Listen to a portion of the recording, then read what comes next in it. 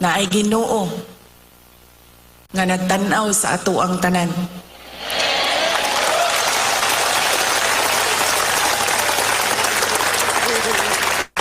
Og ang iyahang gaba dili magsaba.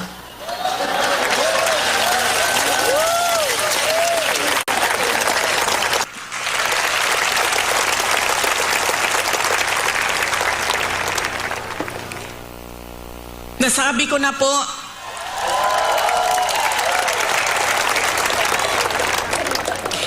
unahin ko po muna ang mga naririnig ko at narinig ko rin na nasabi ng miyembro ng Kingdom of Jesus Christ na sala manggunitanan ni Inday Sara ug nidagan pa siya presidente dili ta magkalisod-lisod ani atong nasod.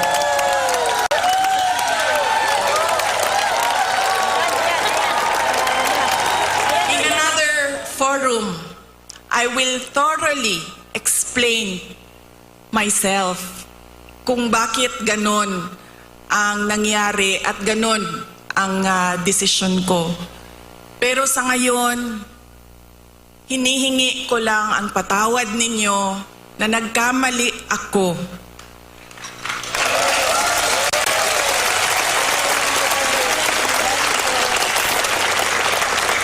Nagkamali ako sa paghingi ng tulong at suporta niyo para kay Pangulong Bongbong Marcos.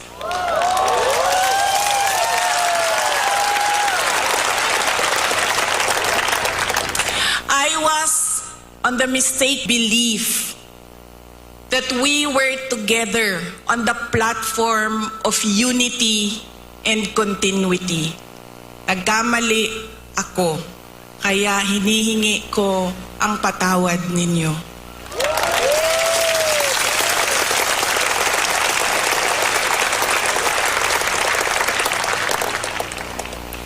You know, this has been going on for 9 days, ang assault sa inyong Kingdom Nation.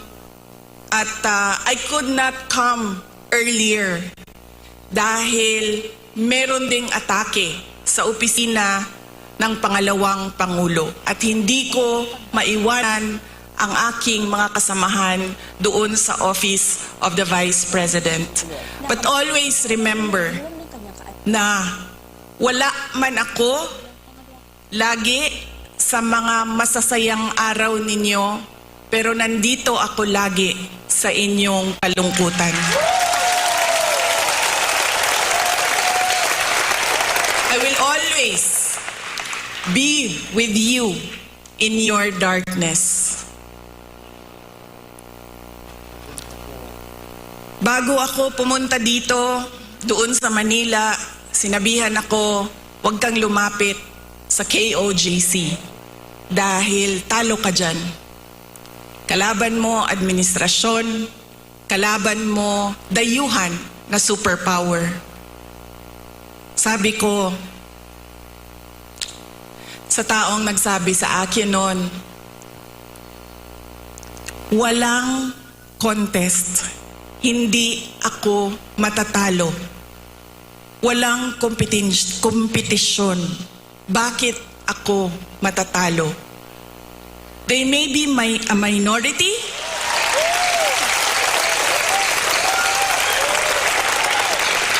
they may only be 8 million around the world. Sabihin na natin na 6 million lang doon ang Pilipino, pero Pilipino pa rin sila.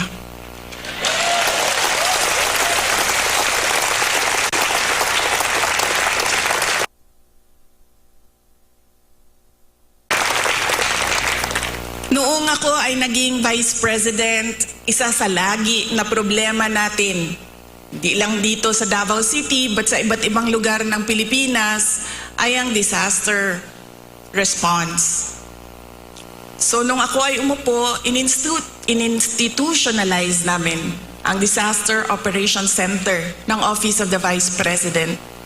Ang aming paghahanda ay disaster response. Pinaghandaan ang baha, pinaghandaan namin ang delubyo, typhoon, pinaghandaan namin ang earthquake. Lahat lahat ng maisip mo na kalamidad, pinaghandaan namin. Pero, nasabi ko doon sa mga kasamahan ko sa Office of the Vice President, we have not prepared for a crisis such as the kingdom of Jesus Christ. So anong sabi ng libro natin dyan sa Disaster Operations Center? Ano ang dapat nating gawin sa krisis at disaster na ito? Lahat sila walang masagot. Kahit ako matagal, ako nag-isip kung ano ba ang response namin. Because this is a crisis. It is a disaster. And ano dapat ang tugon ng Office of the Vice President? At isa lang ang naisip ko. Sabi ko, as Vice President and as a Dabawenyo, I will be there to comfort them.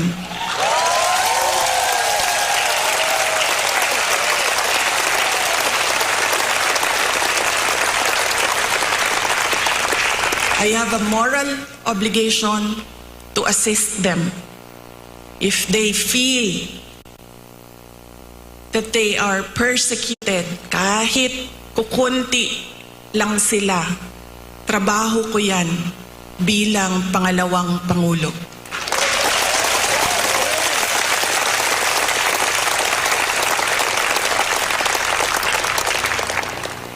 Doon din sa amin, sa Office of the Vice President, sabi nung isang kasamahan namin, doon sa USEC namin, sabi niya, USEC, ano bang nila mabili ang pagkain sa sobrang mahal ng pagkain? 2 beses na lang kumakain sa isang araw. Yun ang kawawa. Sila ang dapat tulungan. Dumadami ang naghihirap sa ating bansa. Dumadami ang nahihirapan makahanap ng regular na trabaho. Sila ang totoong kawawa at kailangan ng tulong natin.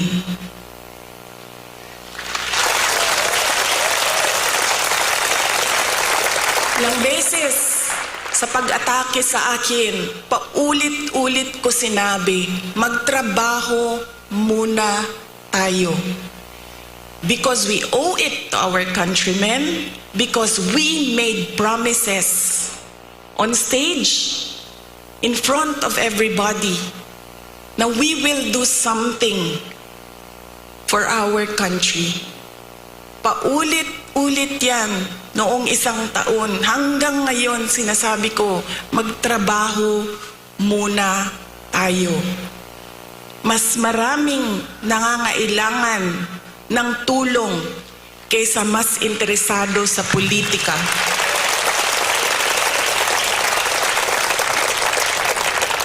Pero this might is not about me and my problems.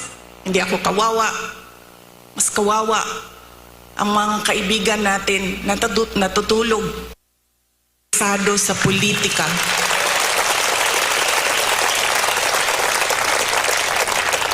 Pero this might is not about me and my problem.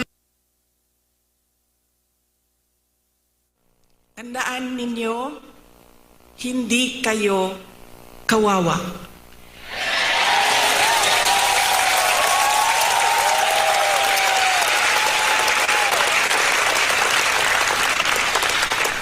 Tungod kay ang langit nung amahan naa pirmi kaninyo.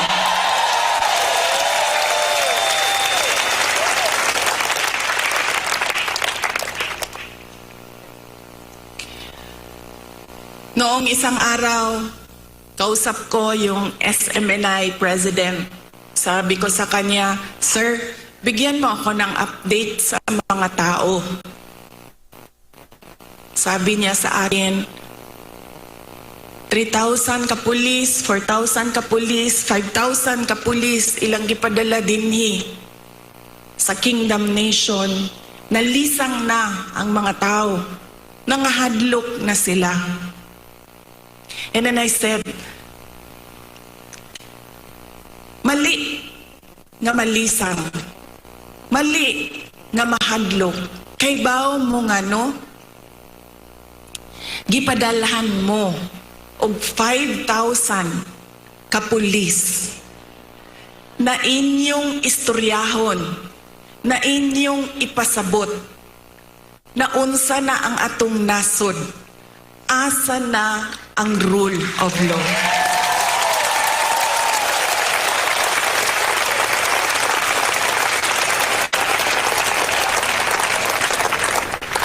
Ipadala sila dinhi para hadlokon mo.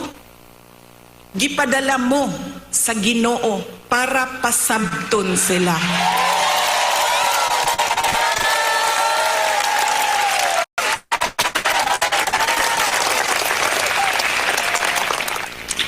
If they come from a place of violence, the kingdom nation is the expert on peace. Kay bao mo anak. Dabaweños are peace-loving Filipinos.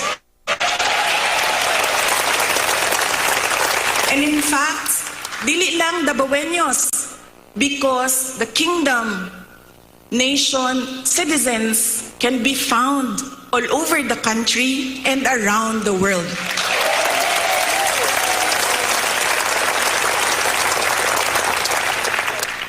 Kung ang gidala ni nila, if they bring you violence, give them peace. Show them peace.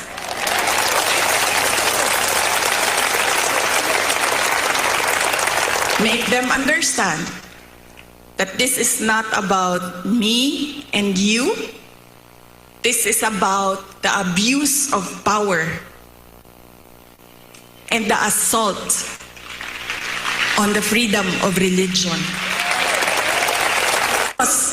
Because the kingdom nation citizens can be found all over the country and around the world.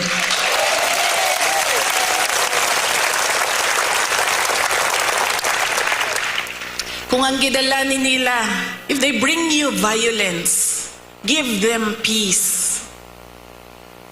Show them peace.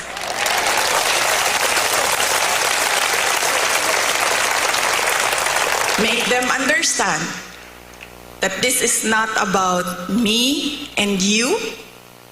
This is about the abuse of power and the assault on the freedom of religion.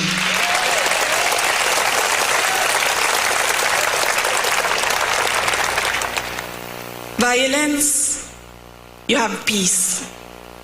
Bullets and tear gas, what do you have? You have the words of the Almighty God.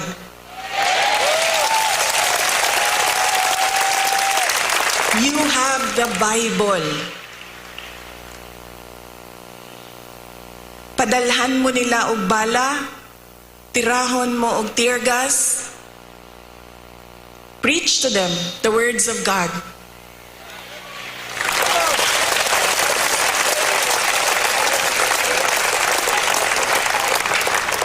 Pangtulo, if they come from the evils of Satan, what do you have? You have the goodness of the Lord Jesus Christ.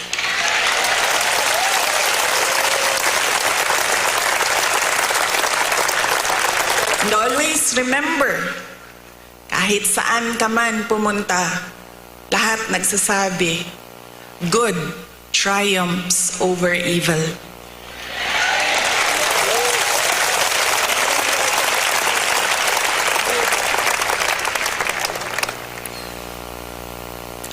Ang ako ang lola sa mother side, maternal grandmother na ko, buhi pa siya karon. Kaluoy sa Ginoo, she's blessed with a very long life. She's in her 90s.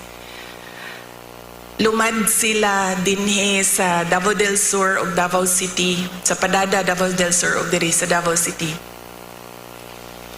Ang iyahang trabaho is magmaligya o kaniadtong panahon, mga 1960s, 1970s, mamaligya og mga PX goods. Anang mga murag ukay-ukay kung ginatawag nato karon. Onya, mamaligya og mga lain-laing klaseng dry goods. Nakaadto siya og baklaran na maligya siya og mga sandals, mga mo ang ginabaligya kaniadto. Sa iya ako nakakaton og kanang dili magulat nga naay customer, kundi tawagon nimo dapat ang customer. Tudlon nimo sa imong tindahan. Doon na siya'y pulong sa ako tong batanon pa ko.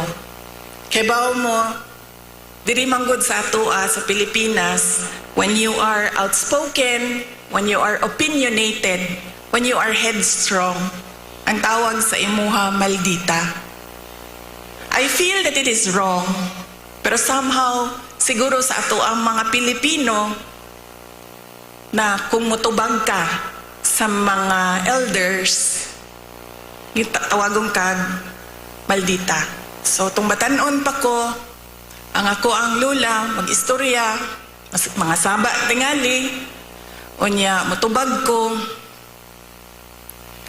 mingon dayon na ang ako ang lula. Maghinay-hinay ka, Inday. Kay ang gaba sa motong kaganina, I know, dili gyud ko makasulti when our preacher said, love your enemy. Aga-ana lang yun ko.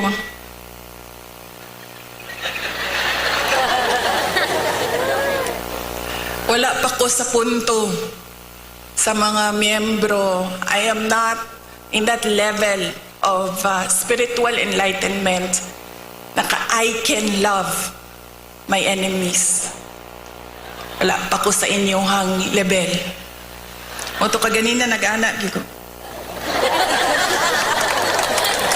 Para di ko makasala.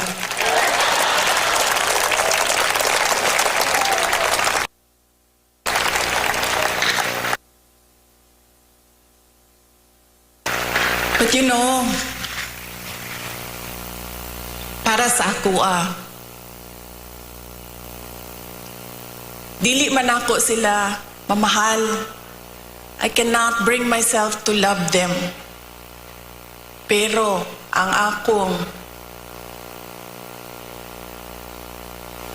verse, pulong para kanila mao ang gaba sa Ginoo, di yun magsaba.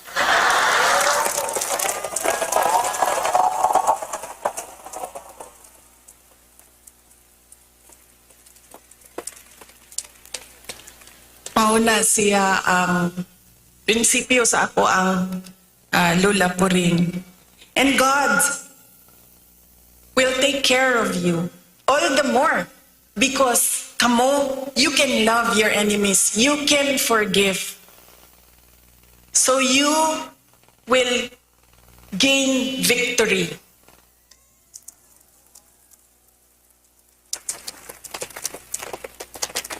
God will be there, will always be behind you, around you, above you, underneath you, to cradle you, to shelter you.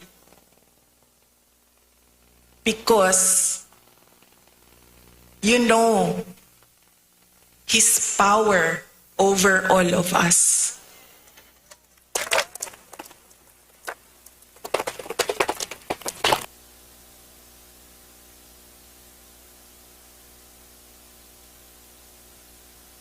Wall. And then nakabutang dito 39th anniversary. Nakauna-una ko nga sa pagtuo sa mga inchik, malas magud ang 9.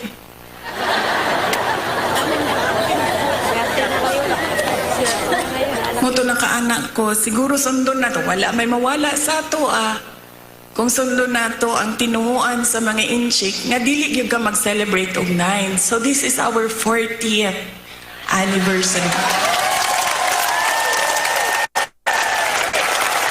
Mamalakpak ta para sa 40 years.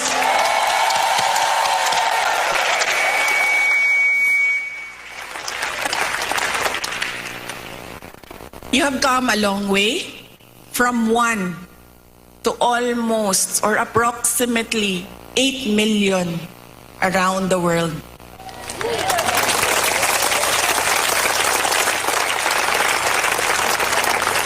You have overcome challenges, and every challenge made you stronger, made you more united. And we can see that now. There is another challenge before you, pero naagihapon mo sa ngalan sa Ginoo.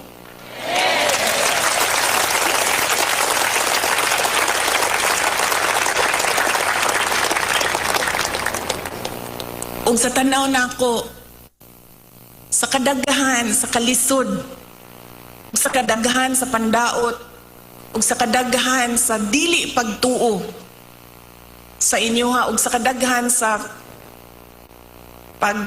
kanang kansyaw ba sa inyong pagtuo. I think you will reach 100 years or more.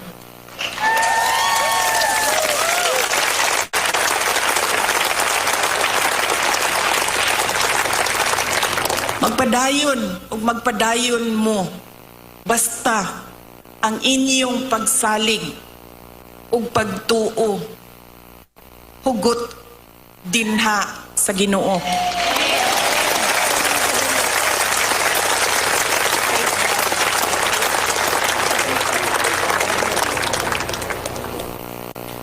During COVID, it was a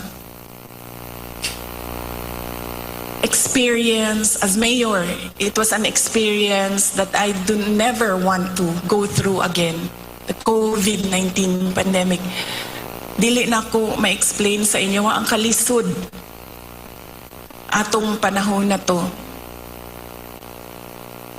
Nga dunay mga gipangayo sa imuha nga COVID-19 response, pero walay budget ang syudad para punduhan ang mga projects para sa COVID-19 response. Daghan kaayo, TTMF, PPEs, suporta sa mga frontliners, health workers.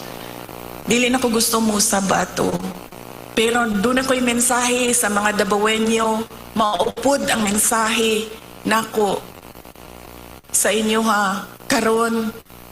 Dili lang sa mga naadinhi sa Davao City, kundi sa tanan nga miyembro sa Kingdom of Jesus Christ. And that is, we will not break.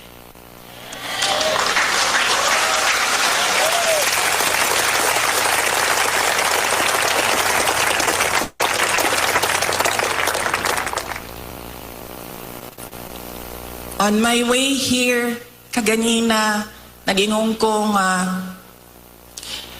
I will leave you with a verse. And nangita ko og verse, butang na ko dito, of being afraid.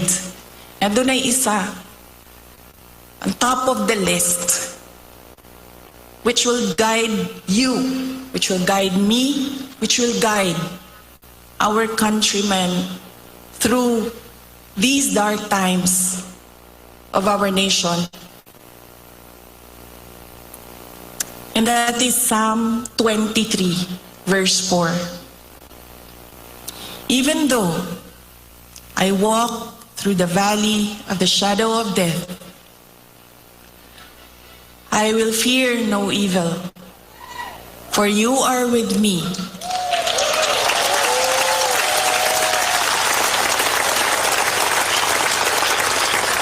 Your rod and your staff, they comfort me. Ayaw mo kalimot na ay Ginoo nga nagtanaw sa ato ang tanan.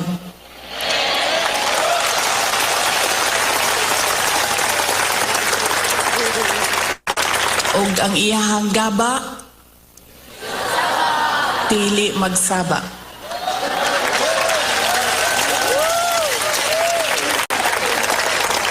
Let us clap for 100 more years.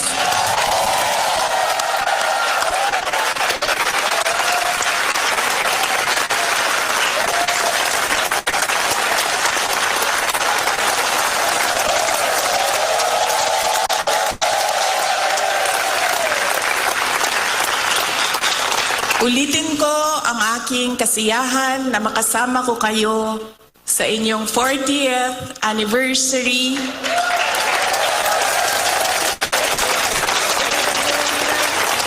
We will not break. Happy 40th anniversary, Kingdom of Jesus Christ. God save the Philippines. Shukran.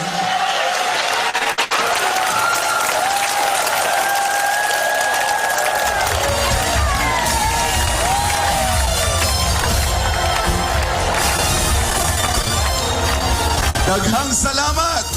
The Vice President of the Republic of the Philippines, Honorable Sara C. Duterte!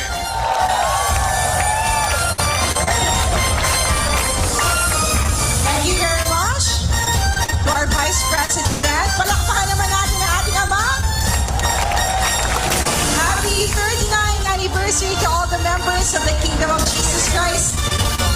40th na daw sa BPI dahil hindi lamang sa mga kasamahan natin sa Lawag JC Compound, kundi mo sa lahat ng mga nanonood sa atin all over the world via SMNI. At tunay nga, Sister Hannah, hindi tayo pinababayaan. SMNI. At tunay nga, Sister Hannah, hindi tayo pinababayaan ng ating dakilang Ama.